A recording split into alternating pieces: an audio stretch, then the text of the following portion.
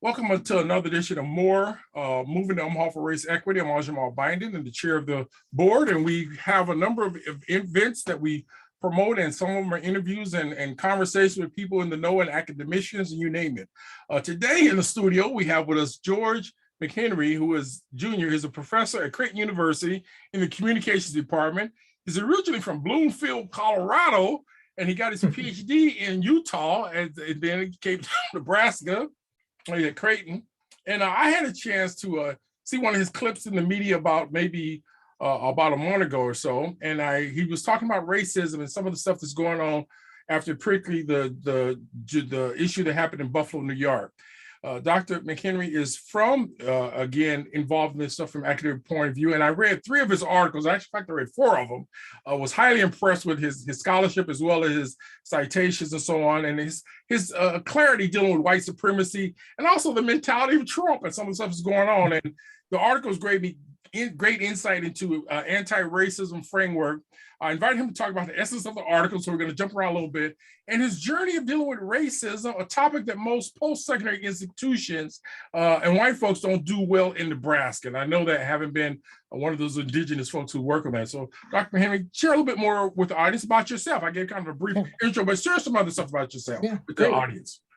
Yeah, so I'm an associate professor in communication studies at Creighton, where I study issues of privacy, surveillance, race, and racism in communication, as well as do some work on argumentation and climate change. I'm also really involved on campus in advising, in helping to kind of craft and maintain our core curriculum and ensure it meets the university's mission. Outside of my professional life, I am married to my partner, Amanda, and we have a 3-year-old daughter, Nora. And so I am always on the go and busy trying to parent and keep track of her. I am a dog lover. I play hockey in the community, and as well, I am a pretty heavy crafter as my hobby. I like to make t-shirts, signs, anything that is quippy and touchy and pushes buttons. And so that creativity kind of keeps me going as well. Good. Now I'm going to call you Guy, even though we've introduced you as doctor and so on. First, one of the things I want to do, can you deconstruct or explain a little bit some of the nuances of your articles? I'm going to dig into the specifics of them, and I'm going to jump around, but kind of explain to me what are some of the things, the themes of a couple of the articles, and particularly you got 3 or 4 up here that just jump out at it. But from your vantage point, describe the details of what you're doing, and then we'll move into the more detailed questions. Great. Yeah, so in a lot of my work, one of the things that frustrates me and fascinates me is that we often think of communication as something that's really simple or natural. And so people don't spend a lot of time thinking about communication to our detriment, when really it is a very complex thing. And so in my work, I'm trying to understand what are some of the power relationships and what kind of beliefs and attitudes are implied by the way that we communicate, by what we say or what we don't say. And so, for example, the article on parasitic publics that looks at white supremacist rhetoric, the group that my co-author Kyle Larson and I studied is particularly trying to find ways to code their white supremacist rhetoric so that it is kind of tolerable or attractive to moderate white people. And so I want to know how they're doing that, because if we can understand what they're trying to do, then we can do some work to prevent that, to stop that, and to respond back to it. Mm-hmm. And that depth and nuance in communication is just really fascinating to me. Good. Oh, yeah, go ahead. No, I was going to say, how do you arrive at that notion as a white guy speaking about racism? Because many white people, they like to use convenient terms or subterfuges and euphemisms, and they'll say microaggression, or they will say prejudice and bias, and they'll escape the whole concept of the hard issues of racism. Yeah. So how did you get to this evolution? What was your aha moment at some time in our church circle? We use the word epiphany. Yeah. I mean, so I'll say it is a very long arc as opposed to that one moment. In terms of my background, My parents very much pushed me to see every person's humanity and to recognize the places where I've had opportunities that others don't get. And so that was really powerful. My mom and her entire side of the family were Ukrainian Jews, so my great-grandparents, and fled to the US. And that informed her parents and her beliefs and faith and ideas. And the thing is, once you scratch the surface on white supremacist rhetoric, you get the anti-Blackness very quickly, but you also get the anti-Semitism very quickly. Mm-hmm. And so it's not that that made me see this, but it also helped me appreciate just how inhumane this discourse is. And so once you see that, you stop being able to use the euphemisms and the metaphors. I was also very lucky. One of my mentors in my undergraduate, Dr. Jody Roy, worked on issues of hate speech, and in particular worked with reformed skinheads who were out of the movement to try and understand that process that brought them out. And being able to hear them and read her research gave me this push to say, like, it doesn't work if you're dancing around the issue. It doesn't work if you're using the euphemisms, because that gives cover to a lot of dangerous ideas. Mm-hmm. And one of your artists used the word Swarmfront, and you used obviously parasite, public bugs, and these are terms you use to talk about the ultra right and so on for a white supremacy group. What does those terms really mean from a grassroots layperson's perspective? Sure. So Swarmfront is an online organization. So they're a white supremacist group, and they broke off from one of the main white supremacist online groups, Stormfront. And they just had a difference and a split. And so they decided that they wanted to go a different direction, form their own community. And they decided that the work they would do was to go into online chat rooms, to go into social media, to go in the comment sections of articles and start spreading white supremacist rhetoric, but doing, using talking points, discussions, and ideas that if you don't know they're racist, moderate white people might miss and start to believe. And they have this expansive couple 100-page style guide that is all of the phrases that they should use versus not use, and tips and tricks on engaging in these arguments. And so Kyle Larson and I decided that we wanted to study this. We wanted to know what they were doing. And so that's what Swarmfront is. And when we talk about, we came up with the idea in this article, what we call parasitic publics. And I can give you just a quick idea of how to understand that.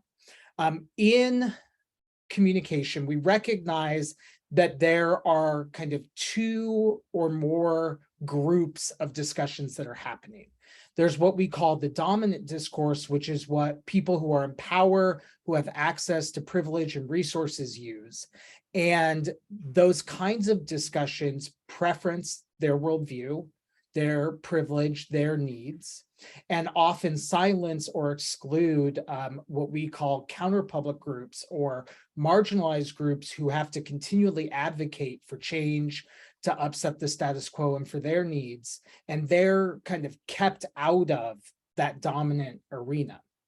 And so in this model, one of the things that kind of comm scholars have struggled with is understanding where power comes into that. And what we consider a parasitic public is a group that is in that dominant space, but they communicate as if, sound like, and argue that they're actually the marginalized group. This is where you get, a lot of discourse around white people being the real victims of diversity and inclusion. And so what they're trying to do is use their access to power, to resources, to privilege to keep marginalized groups out of the center, to keep them from advocating for social change by adopting this kind of victim language. And so that's what that article really wanted to do. How is Swarmfront as a group using their power, but sounding like and trying to persuade people that white folks are the true victims of race in America? Which is what our previous president used to do so well. By the way, I'm jumping down to a point where in one of your articles, you actually have a glossary there. So you kind of deconstruct it very well. And that's the first time I've seen that, particularly from a white perspective or a supremacy point of view. I have not read a book in that area in many years. But my point is, how do you help us do more about learning what those terms are? And I basically, is it Lopez who used the word dog whistle years back with the book? So how do we deconstruct these dog whistles or these euphemisms that people use when they're hiding their covert racism, or they're kind of coded language like that I've heard many people say, and they act like you don't know they're doing it? How do you get it out there? And how do you help people to understand your glossary, which some of those terms I didn't know, you know? Yeah. So that glossary is actually part of an article in a special issue I edited. So I did not personally write that, but I do have those kinds of resources that I'll share with you so that you can share to whoever. One of my colleagues at Creighton, Dr. Kirby, and I put together a guide for faculty, both at Creighton and elsewhere, for teaching anti-racism and for including anti-racist perspectives in whatever the subject area might be.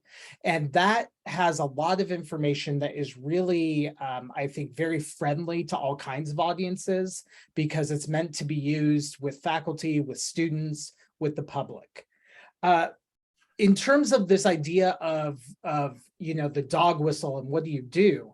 And when we're talking about that kind of speech, when someone is using that coded language, those dog whistles, there's always this unstated premise, right?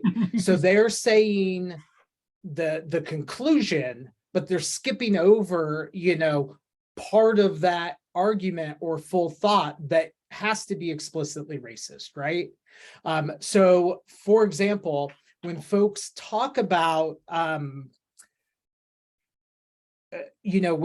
they argue against the idea of structural racism, one of the things that we see is that they're really leaning into this idea of personal responsibility, individual actions, and freedom. And what they don't say then is the only explanation then for disparities based on race is the person, right? There's no structural. And usually when you dig at that a little, it's because they have some racist beliefs about genetics and ability and intelligence.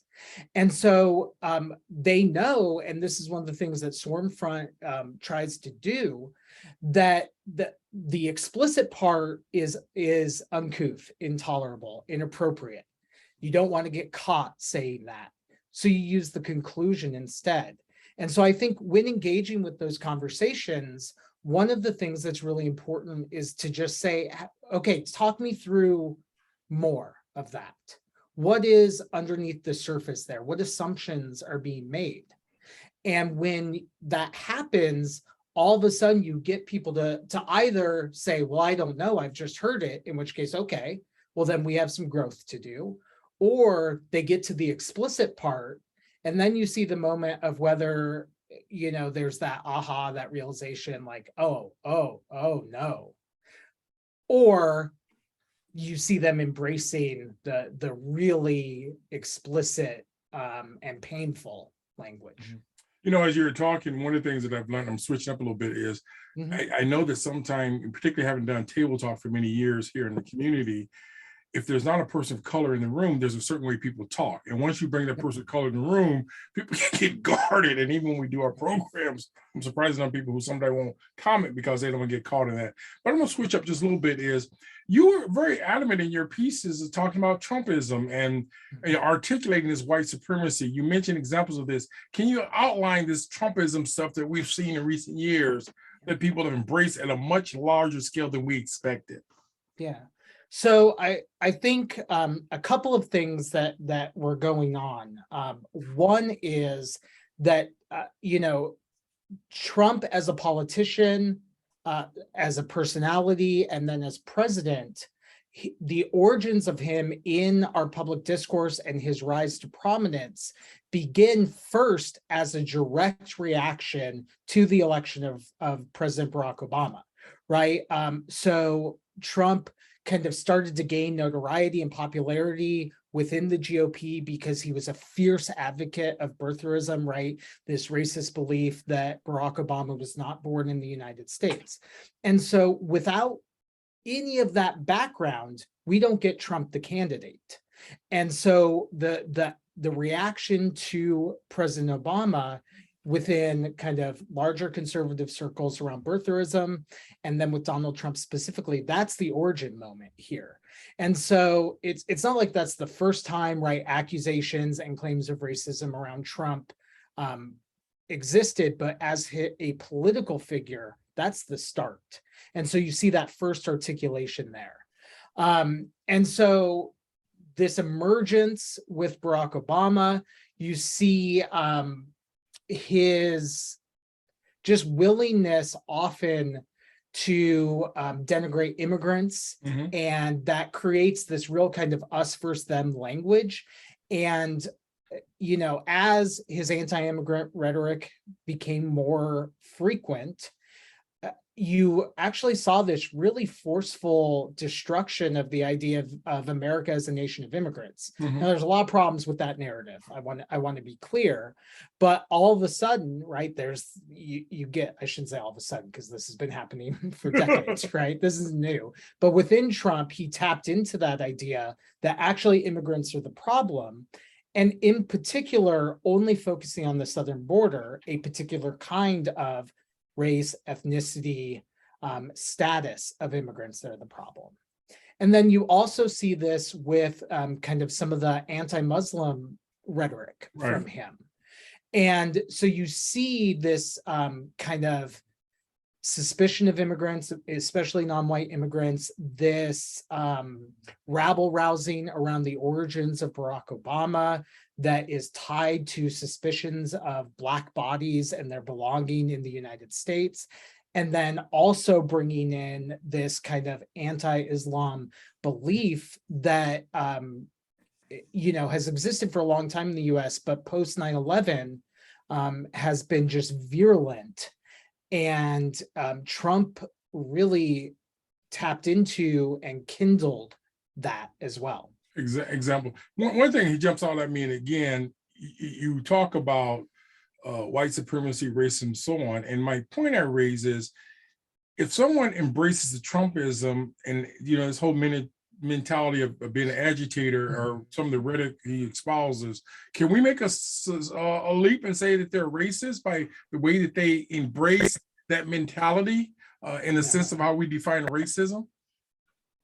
Yeah, I think one of the things that I really struggle with in our political conversations around race and racism is that we talk about racism as if it is something that exists as this kind of mortal character flaw that exists in the heart of the individual. And so we're always looking for this like perfect test. Is that person racist or are they not? Or we use the N-word, something like that. You right, know? yeah. And as part of that, right, conservative politicians who engage in this kind of racist rhetoric often talk about, well, racism is the worst thing someone can be accused of. Or they go to this kind of idea of, well, I can't be racist because I have Black friends, or because in my business I hire Black people. And the problem with all of this is that yeah, there are folks who are avowed racists, who will explicitly tell you, you know, their view of the world predicated on races, especially non-white races, always. Or Aryanation, they use that. Yep. Aryan, or my kind of people, whatever. Yeah, but there's also lots of cases where, look, we have unjust and racist systems. We have systemic racism.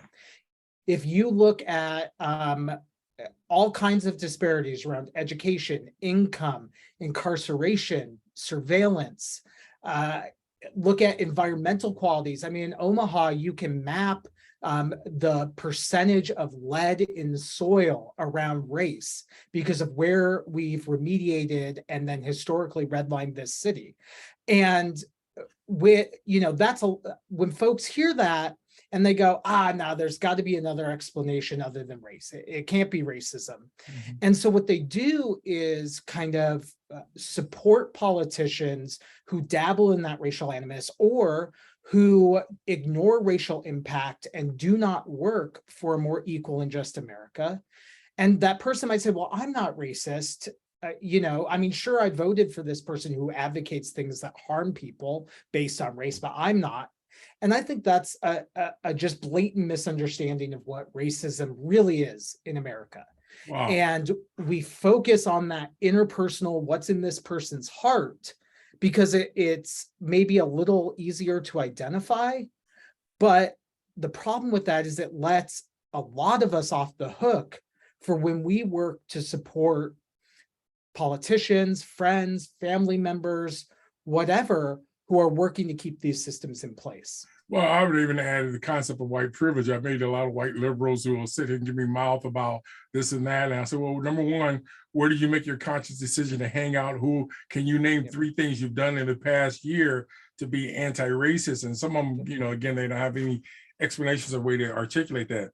Now, one of the things that I've discovered, I was going to... Can I say one thing real quick to that? Yeah, and although we've talked a little bit here about Trumpism, I want to just echo that and say, like, the right does not have a monopoly on racism, right? There are a lot of white liberals who will do plenty of things that perpetuate racist beliefs and ideas. And so I always think surprise students when I mention this, because conservative students are used to the conversation just being about conservatives. And so they're kind of ready for that fight. And liberal students often have just kind of excused themselves from being part of it. I'm like, no. So, sorry. Well, there's an African proverb that says the eye cannot see itself. So unless you got someone there who can articulate, and oftentimes people suffer from a high level of white fragility or thin skin, things that we talk about, that they don't have any reference point, and they also don't have somebody in the room to call them out on their stuff. Now, one thing that I noticed even teaching at the post-secondary institutions in Omaha, and particularly in Nebraska, people rarely address racism and racial equality in an egalitarian fashion. How can institutions and organizations or individuals push back? For example, in critical race theory, I'm surprised at how many academicians we have tenure who won't say nothing because they're scared of the governor who promotes this mentality of race issues, anti-Black. He doesn't want to talk about racism. He tells his department heads not to talk about it. But how do you bring that into our understanding of natural history and even some things that you've talked about earlier, Guy? How do you help us to be much more, as Ernie would say, we have the spine of a jellyfish. How do we get rid of that spine, this jellyfish spine, and speak out and say, hey, it's wrong, as what happened many times in our society previously? Yeah. So I think anybody within an organization, there are things as an individual can do. And for example, my role at Creighton, and this was before I was tenured, and I continue it today. Oh, you have tenure now? I do, yeah. So you can say anything. Let's start saying some weird. I insist in almost every class I take, whatever the topic is, we are going to have conversations about race and racism. And so when I teach a class on surveillance, you bet we're talking about the impact of racism and surveillance in the United States. One of the classes I teach is gender communication. And, day one, we're into intersectionality. And when we're talking about things like wage gaps, we're not just saying women and men, we're talking about, disparate impacts that include race. Mm-hmm. And so I think for, at that lower level, folks can ensure that when they're engaging, when they're doing their work, there are opportunities to set examples, to include content, to speak out about these issues. And, we need to be bold enough to take them. The other thing I think is that at the institutional level, we have to push organizations to not just do diversity and inclusion as a kind of 3 times a year, people get together in a room, we talk about it, and then we go back, because that has no kind of deeply embedded conversation about what the institution does. It's 5 hours of PowerPoints, and then you go do whatever. And that's not going to work. And the other thing is, I think if an institution wants to really respond to this based on their beliefs and their values, they have to start by understanding themselves. And it is very hard to be credible doing work within the community when you haven't done the work within your organization. And one of the things, Creighton recently finished an institutional self-study asking some very difficult questions about our campus climate. And with genuine interest in trying to understand how people on campus experience Creighton University, students, faculty, staff. And I think one of the things that surprised me about getting to that moment is that they were ready to hear bad news, that it was an opportunity to actually recognize, see, and struggle over the things we do wrong. And that was last semester, so we haven't seen what they're going to do about what the results are. And of course, that's the really important next step. But a willingness to actually take a look at ourselves in the mirror as an institution is really important. As you mentioned that, I remember, again, I'm peripheral involved in Creighton faculty or folks that I know in the community.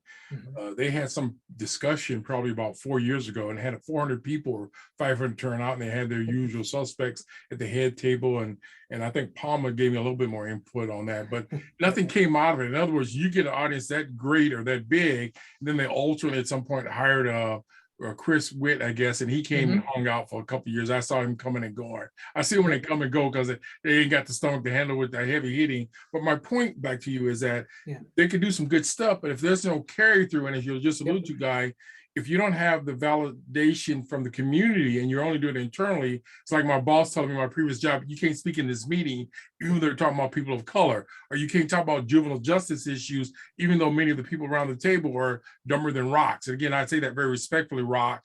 But my point is, if we don't have some mirror in front of us, then we're going to do the event, dance on the table, as one of my colleagues says, get off, jump back up again, and business as usual. So there's no outcome.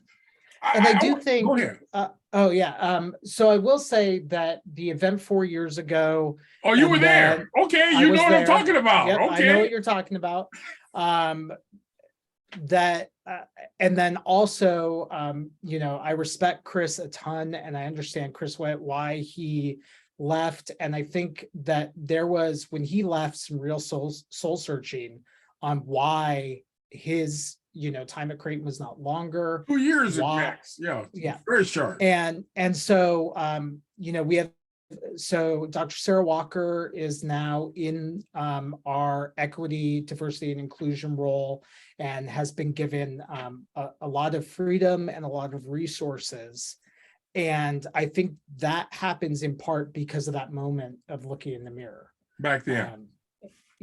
Well, I think recently, with the realization that what had happened 4 years ago was not enough. Okay, gotcha. But it's imperfect. And one of the things that people like me try and do is push within our institutions. Great, what's next? Great, what's next? What's the follow through? And I'll give a shout out to one of my colleagues, Dr. Erica Kirby, who's extremely active in this area, who served on the committee that was doing the self-study, has been working with helping to develop with Sarah the next steps. But if folks aren't willing to be bold and to push, it's very easy to just move on. One of the phrases I love to use, and sometimes people wrench when I say it, butt naked honest. In other words, there's nothing between you and the world, and they see you for what you are, your flaws. And too often we don't have that candid conversation or environments where we put stuff on web to really people challenge us.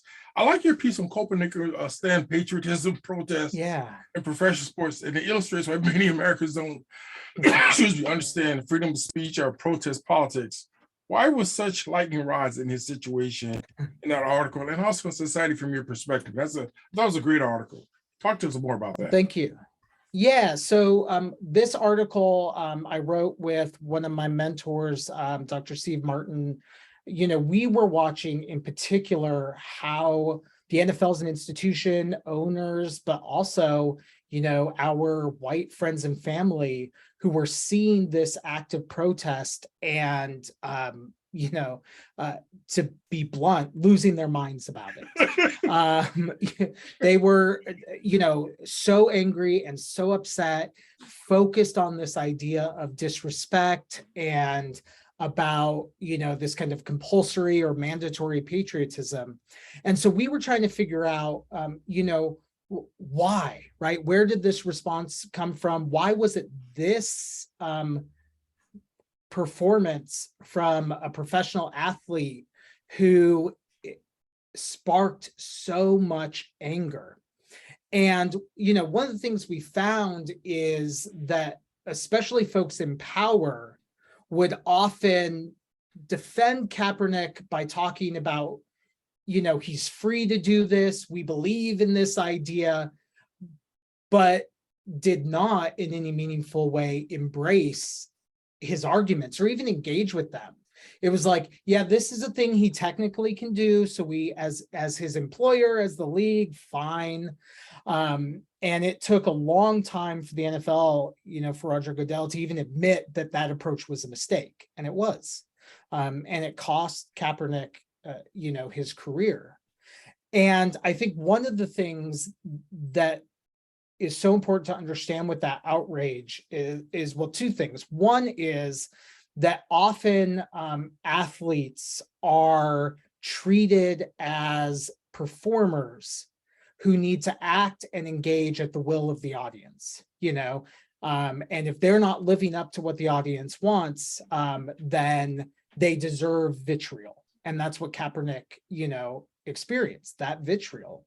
And then the other thing is, and we talk about this, that the NFL in particular has wrapped its brand so much around the American military and patriotism, the giant flags, the jets flying over, and that created this problem for their brand when Kaepernick kneeled. And for a lot of folks, then it became very easy to lean into the patriotism and use that to attack Kaepernick, rather than, the First Amendment to the Constitution.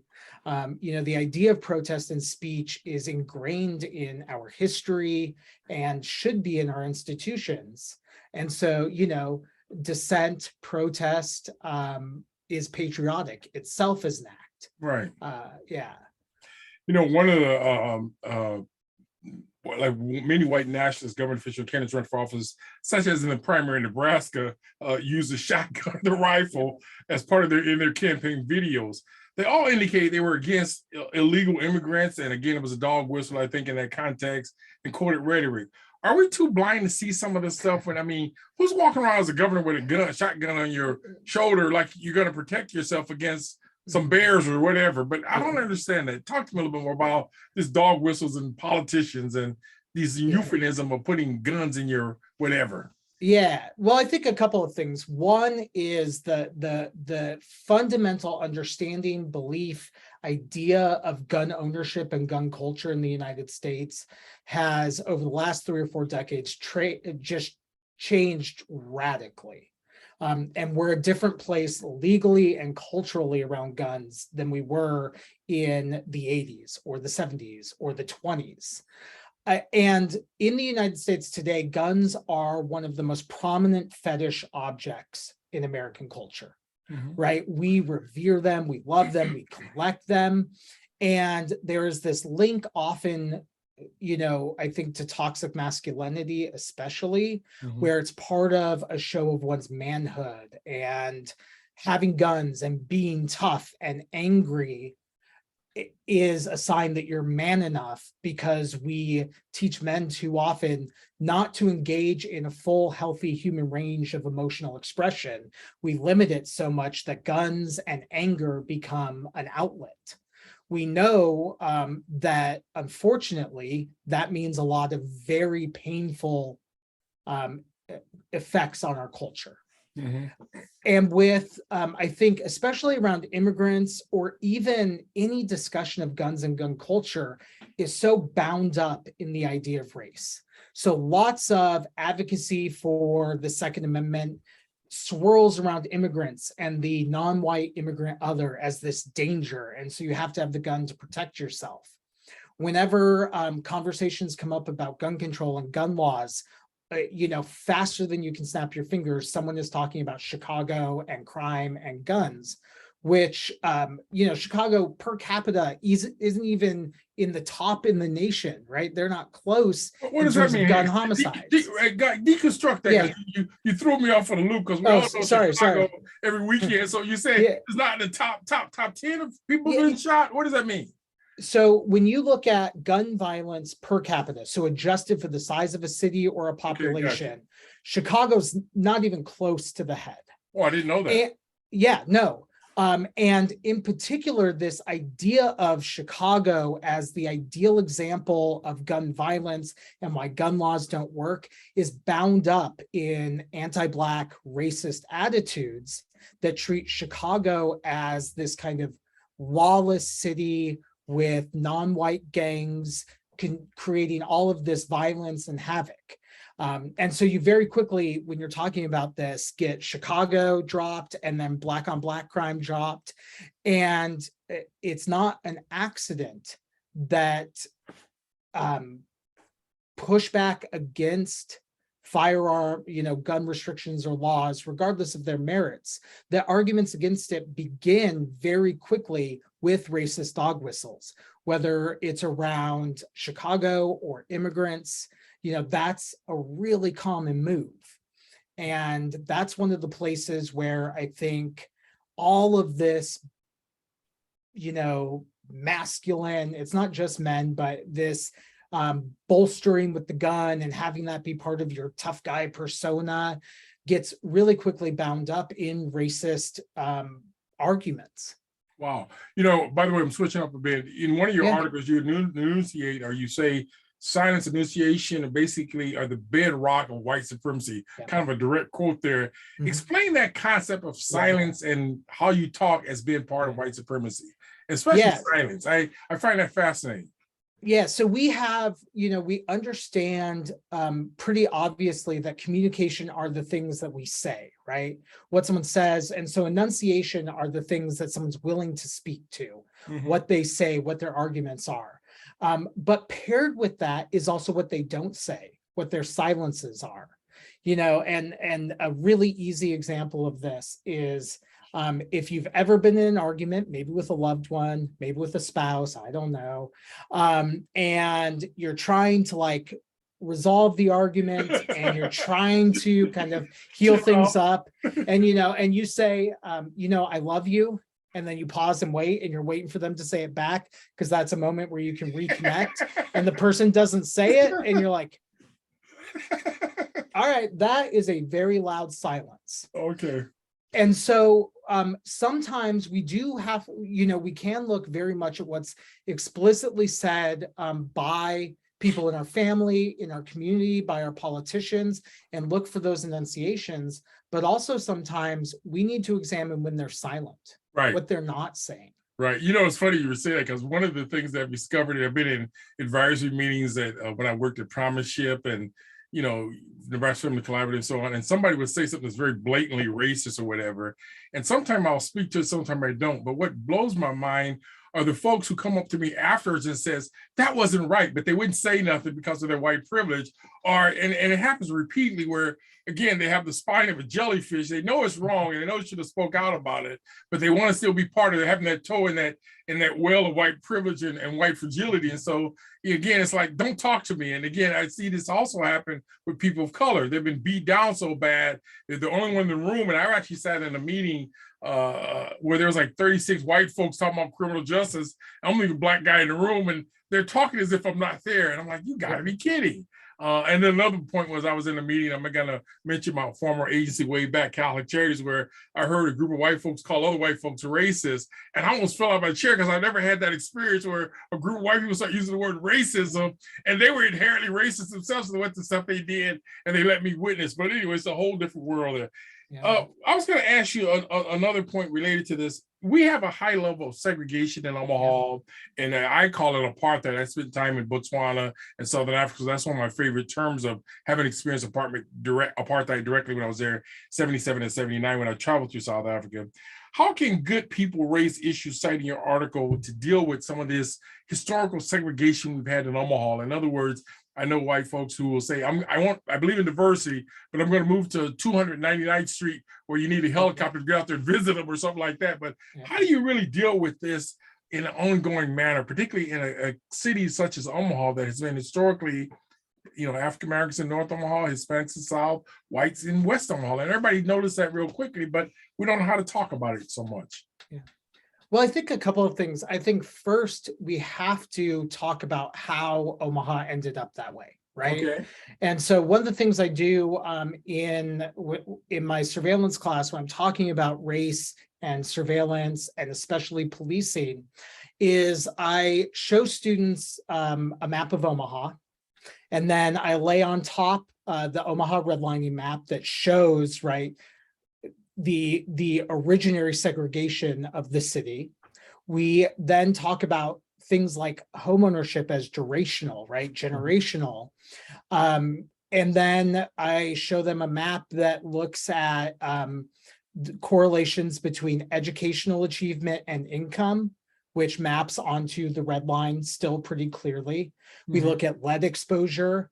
And what I'm trying to push them to see is that there are so many things connected that begin in this very early history. And it is not sufficient or acceptable to begin with the premise that Omaha is segregated, now what? Because we have to understand how we got that way in order to begin to see what needs to be undone. There is a study coming out pretty soon that looks at, in LA County in California, a significant bond issue that was used to just reinvest in education, especially in schools that were, didn't have functioning climate systems, that had classrooms that didn't even have the basic equipment for students to learn it, and went through and spent years reinvesting, rebuilding, renovating, and looking at that impact. And they're finding all kinds of things: more economic productivity, increases in home values. And we know, and I insist to my students, that when public schools are underfunded and over-policed, that reinforces poor outcomes in those areas in ways that folks that live in the wider and further west areas of Omaha don't experience. And so, we're a state that is engaging in lots of politics about school choice and private education, and all while lower taxes, lower budgets. We need to start by investing in education and opportunities across our state in rural and urban areas. Also, I think education is not enough because a lot of the segregation is reinforced by white folks who just refuse to go places that they've been told are unsafe.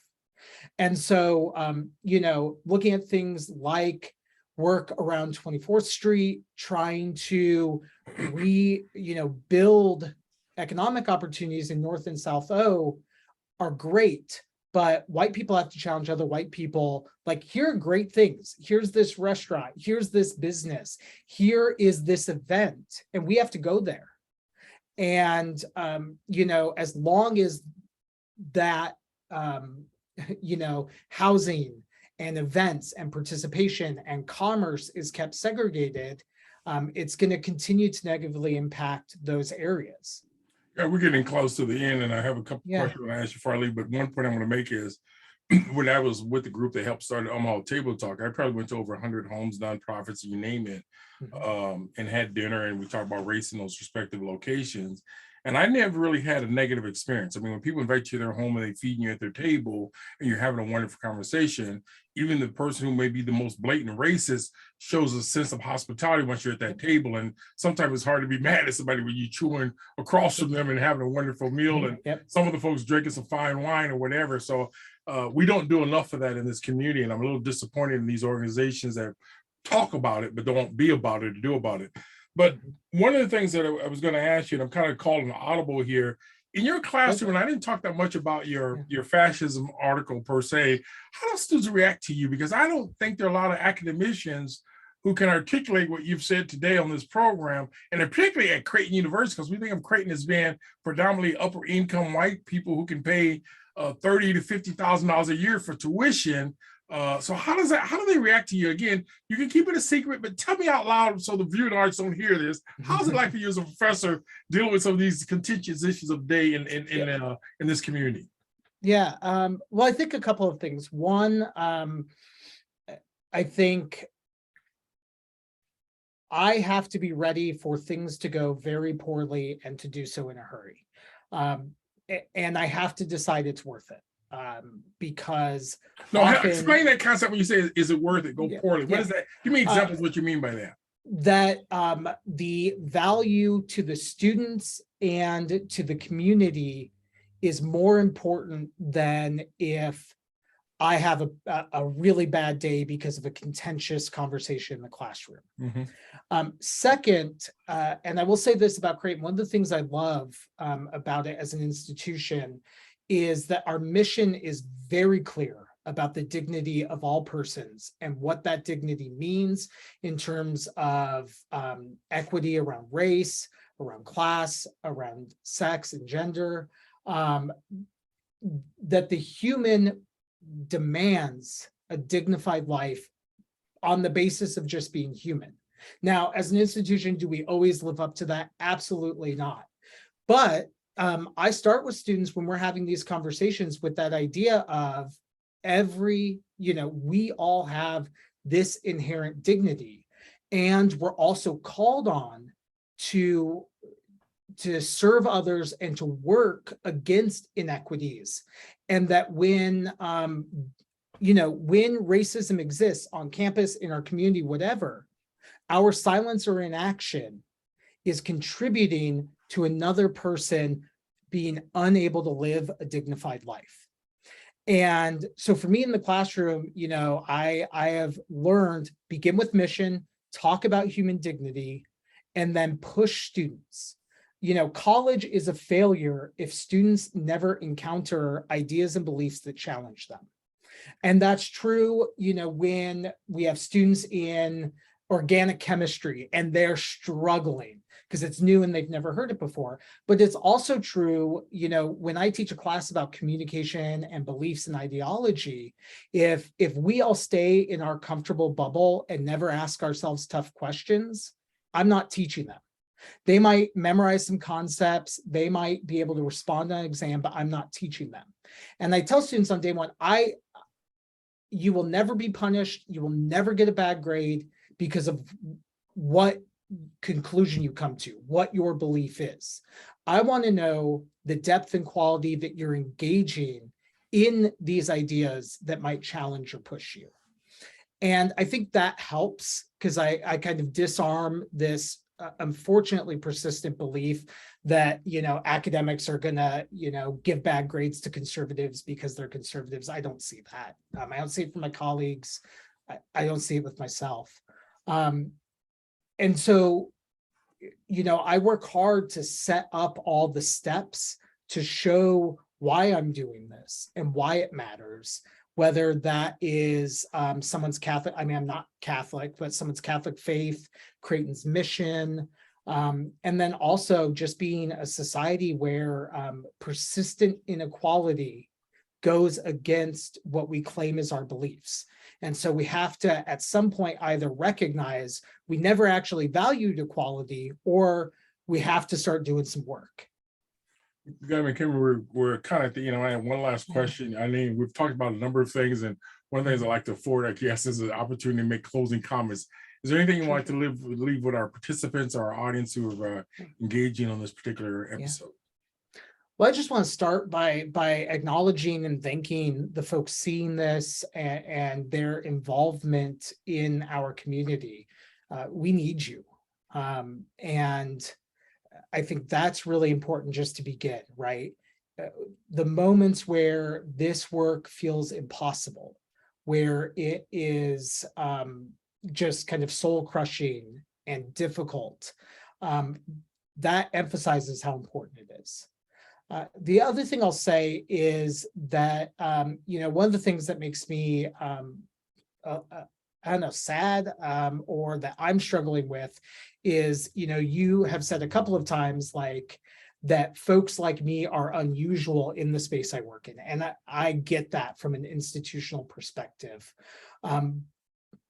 But I also, want to reinforce I'm not alone at Creighton, in Omaha, in terms of people that do this, in terms of white people who do this.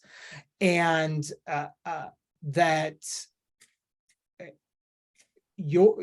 folks trying to do this should not feel alone or isolated or unwelcome, because we're all out here, and part of the joy of this work is finding those connections and discovering each other.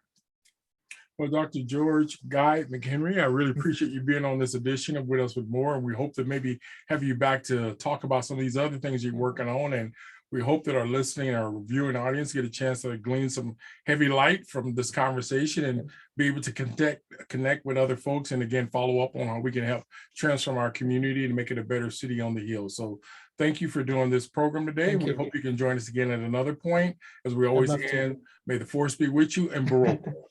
And also with you.